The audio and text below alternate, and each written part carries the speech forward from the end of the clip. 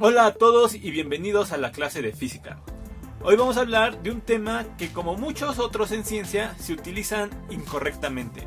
Generalmente utilizamos la palabra calor y temperatura intercambiablemente. Sin embargo, eso no es correcto, ya que a pesar de que calor y temperatura están relacionados, son dos conceptos muy diferentes. Y déjenles explico por qué. Sabemos que la materia está formado por estas pequeñas bolitas llamadas átomos, y que los átomos están en movimiento. Pero si recuerdan sus clases de energía cinética, recordarán que cualquier objeto con masa que tenga movimiento va a tener una energía cinética asociada.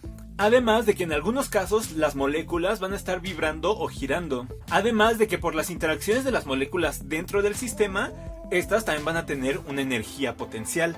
Entonces la materia va a tener energía cinética interna y energía potencial interna. A la suma de todas estas energías simplemente la vamos a llamar energía interna. Cuando la energía interna de un sistema no cambia, es decir, su energía cinética interna y su energía potencial interna no aumentan ni disminuyen, decimos que el sistema está en equilibrio, y a su energía la llamamos energía térmica.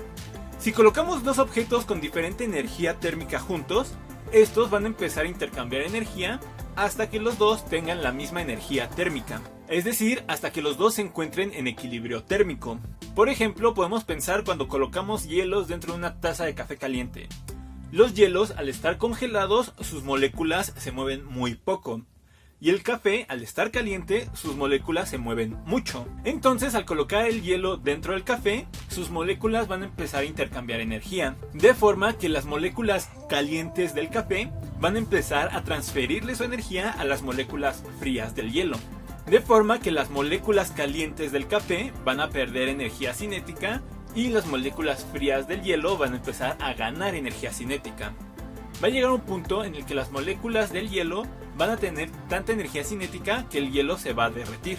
Esto va a suceder hasta que el hielo y el café lleguen a un equilibrio térmico, con el hielo convirtiéndose en agua en el proceso. Y es aquí de donde surge el concepto de calor y temperatura. Cuando dos objetos se encuentran en equilibrio térmico, decimos que tienen la misma temperatura. Y la forma en cómo intercambian energía es a lo que llamamos calor. En otras palabras, definimos a la temperatura como una propiedad intensiva de la materia relacionada con el promedio de la energía cinética de sus moléculas. Y el calor es el intercambio de energía térmica entre dos sistemas que se encuentran a diferente temperatura. Es decir, la temperatura nos va a decir cómo se mueven las moléculas y el calor nos va a decir cómo se intercambia la energía. La forma en cómo suceden estos intercambios de energía está gobernado por las leyes de la termodinámica, que veremos en otro video.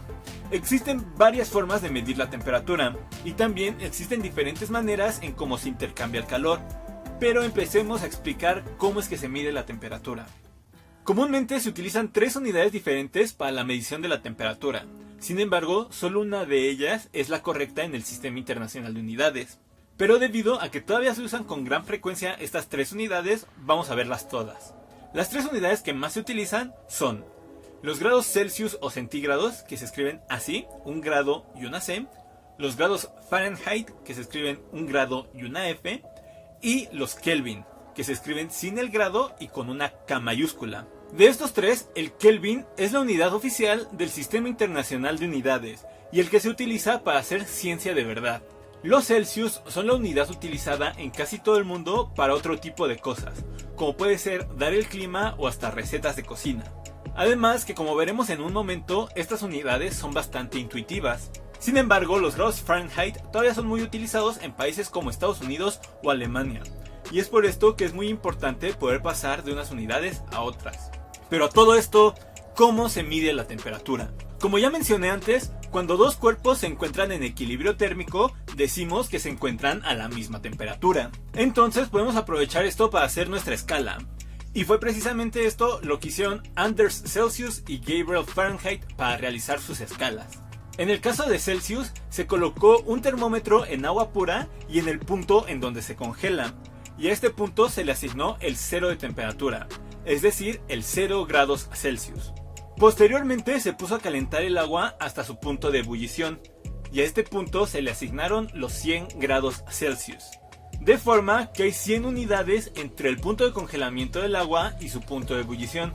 De ahí el otro nombre en como conocemos esta escala, los grados centígrados, centi de 100. Esto lo vuelve una escala bastante intuitiva en su uso en el día a día, ya que al saber que a los 0 grados centígrados se congela el agua, nos da un buen punto de referencia para poder decir que algo está frío. Y al estar dividida en 100 unidades, la progresión en que aumenta la temperatura hasta llegar al punto de ebullición del agua nos da una escala bastante fácil de entender. Sin embargo, hay un gran problema al hacer operaciones reales con esta escala. Muchas veces trabajamos con sistemas que se encuentran a 0 grados centígrados o incluso a temperaturas más bajas. Y esto presenta varios problemas, ya que podemos obtener energía negativa si utilizamos temperaturas negativas, o peor aún, obtener energías infinitas si utilizamos el 0 de Celsius. Por otro lado tenemos a la escala Fahrenheit. En esta escala el 0 se obtiene en el punto de congelamiento de una combinación entre agua, hielo y cloruro de amonio. De esta forma, el punto de congelamiento del agua se encuentra a los 32 grados Fahrenheit y el punto de ebullición del agua se encuentra en los 212 grados Fahrenheit. Y de esta forma nos podemos deshacer del 0 y de los números negativos dentro de cierto rango de temperaturas. Pero además de ser muy poco intuitiva, con una separación de 180 grados entre el punto de congelamiento del agua y el punto de ebullición, el problema de esta escala es el mismo que el de Celsius. Existen temperaturas aún más frías y por debajo del 0 de Fahrenheit. Entonces regresamos al mismo problema de temperaturas negativas y energías negativas. Y para esto viene al rescate la escala Kelvin, o la escala de temperatura absoluta. ¿Recuerdan que les dije que la temperatura media el promedio de la energía cinética de las partículas del sistema? Entonces, entre menor sea la temperatura del sistema, menos se mueven las partículas. Y si le quitamos la suficiente energía a las partículas, se quedan completamente quietas, ¿no? Esto es a lo que llamamos el cero absoluto, y es lo que William Thomson, también conocido como Lord Kelvin, utilizó como el cero de su escala. Entonces, el cero de la escala Kelvin es el cero absoluto, el punto en donde las partículas ya no tienen movimiento. Pero aquí sucede algo curioso.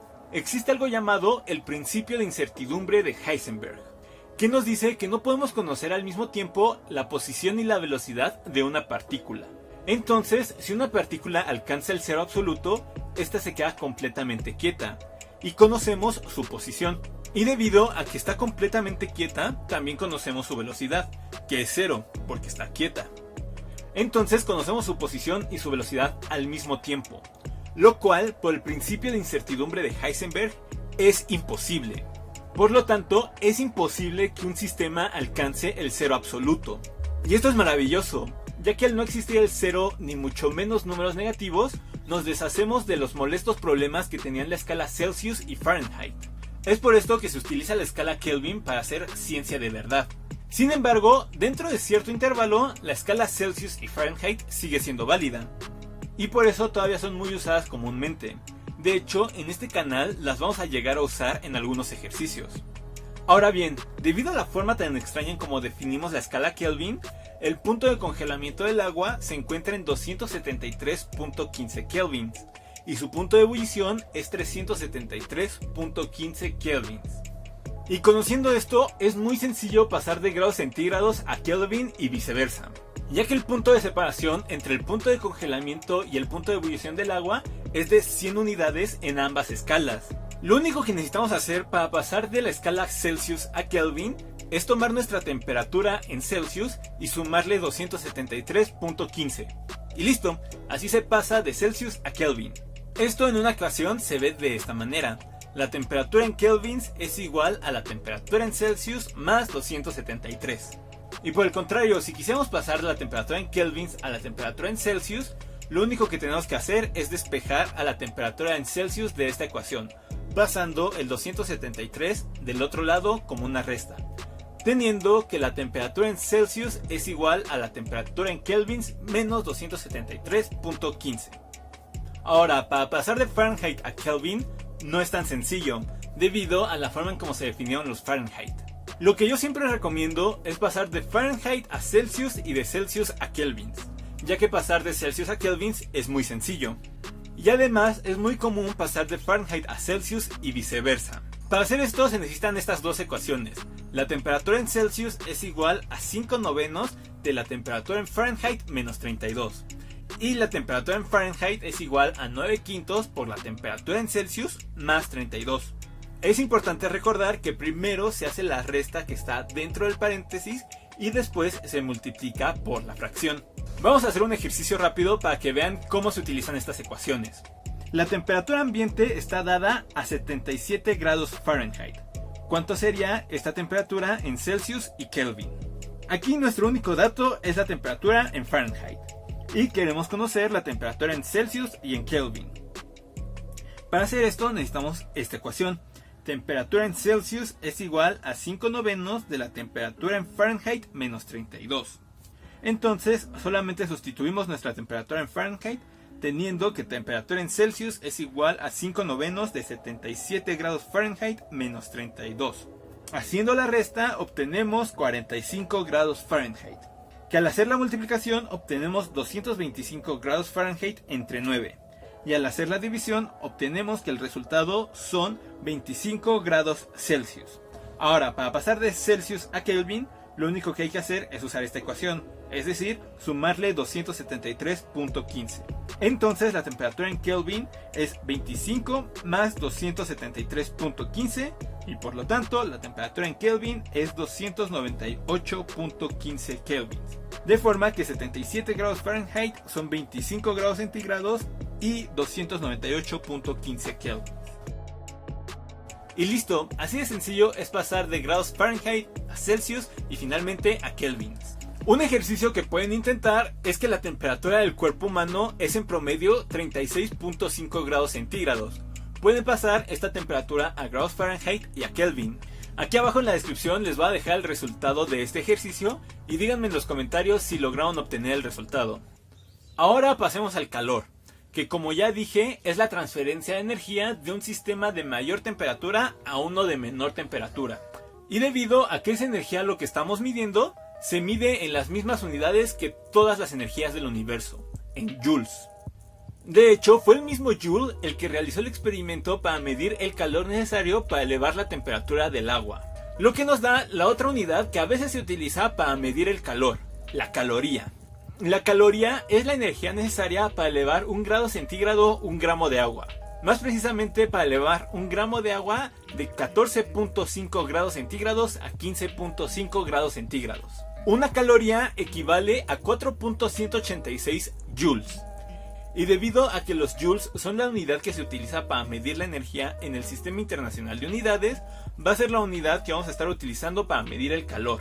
Sin embargo, las calorías todavía son muy utilizadas, principalmente en la nutrición. Si ustedes se fijan en la tabla nutricional de cualquier alimento empaquetado, se darán cuenta que el aporte energético está dado en calorías o en kilocalorías, que son 1000 calorías. En algunos casos ya se encuentra en joules o en kilojoules, pero sigue siendo muy común encontrar el aporte energético de los alimentos en calorías o kilocalorías. Ahora bien, existen 3 formas en cómo se puede transferir el calor: conducción, convección y radiación. La conducción es la transferencia de energía térmica mediante colisiones de las moléculas adyacentes en la materia. Por ejemplo, si ponemos una cuchara dentro de un café caliente, la parte de la cuchara que está dentro del café va a entrar en equilibrio térmico con este. Sin embargo, debido al choque de las moléculas dentro de la cuchara, sentirás como la punta de la cuchara que no está dentro del café también comienza a calentarse. Esto es debido a que el metal es un buen conductor, y aunque la cuchara no cambia de forma, las moléculas dentro de esta están chocando unas con otras, transfiriendo energía entre ellas. Es de esta manera que en la conducción es solamente el choque entre las partículas lo que genera la transferencia de calor. Ahora, la convección es la transferencia de calor por medio del movimiento de la masa de un fluido. Esto es debido a que los fluidos calientes tienden a subir y los fríos tienden a bajar. De hecho, esta es la forma en cómo funciona un globo aerostático. Al calentar el aire que está dentro del globo, este está más caliente que el aire que lo rodea, entonces tiende a subir. La convección se da, por ejemplo, cuando ponemos a hervir agua en una olla. Ya que solamente estamos calentando la parte de abajo de la olla que está en contacto directo con la flama, el agua de la parte de abajo va a estar más caliente que la parte de arriba. Ahora, como los fluidos calientes tienden a subir, el agua caliente va a subir a la parte de arriba del agua, desplazando al agua fría a la parte de abajo. De esta forma, el agua fría entra en contacto con la llama, calentándose, hasta el punto en el que está más caliente que la parte de arriba que la desplazó. Entonces el agua que está ahora más caliente sube desplazando a la parte de arriba que está menos caliente. La parte menos caliente baja calentándose, subiendo y repitiendo el ciclo una y otra vez. Entonces este procedimiento en el que una masa del fluido es la que se desplaza es a lo que conocemos como convección.